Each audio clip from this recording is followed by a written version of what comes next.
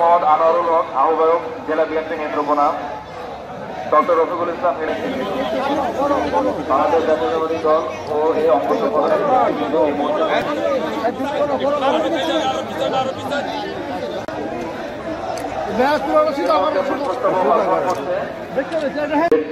Society Netrokona জেলা unit পুষ্পস্তবক অর্পণ করছে বাংলাদেশ রেড ক্রিসেন্ট সোসাইটি জাতীয়তাবাদী।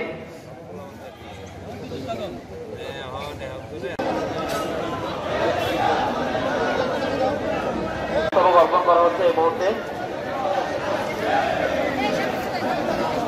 এর পক্ষ থেকে পুষ্পস্তবক অর্পণ করা হচ্ছে। পুষ্পস্তবক অর্পণ করছে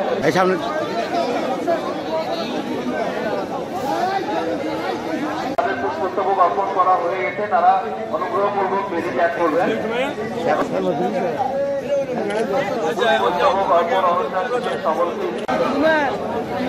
বাংলাদেশ জাতীয়তাবাদী ক্রিয়া প্রজন্ম দল এর পক্ষ থেকে পুষ্পস্তবক অর্পণ করবেন নেত্রকোনা জেলা মহিলা দল।